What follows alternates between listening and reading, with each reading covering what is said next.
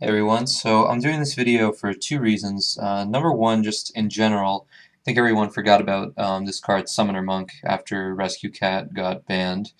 Um, but with Exceeds right around the corner, I see this guy being a staple and in most decks, and I think you should seriously consider stocking up on Summoner Monks because I think he's going to skyrocket.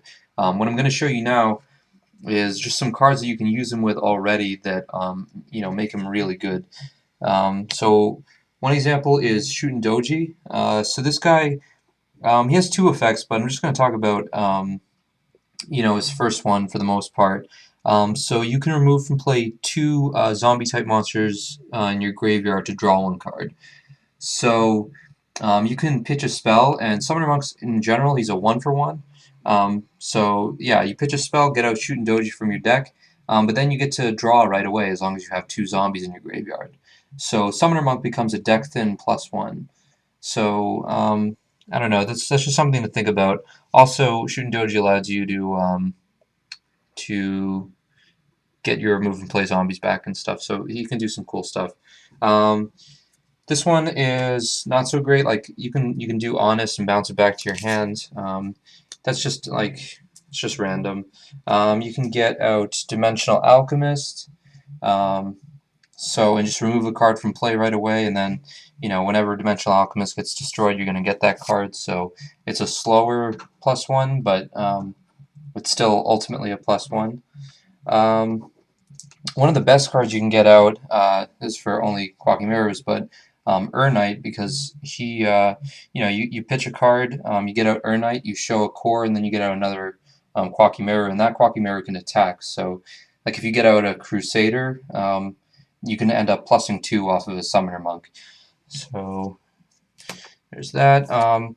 If you're running Summoner Monk because you have a lot of spells or normal spells, then Diamond Dude might be a good choice to get kind of a +1.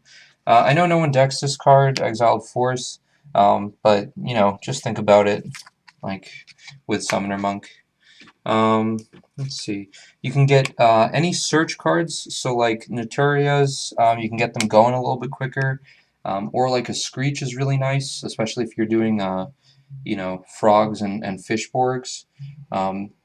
Because then you never -1 with Summoner Monk, which is the beautiful thing, and you kind of give yourself this protection whenever they decide that they need to kill Screech. That's when the plussing can start happening.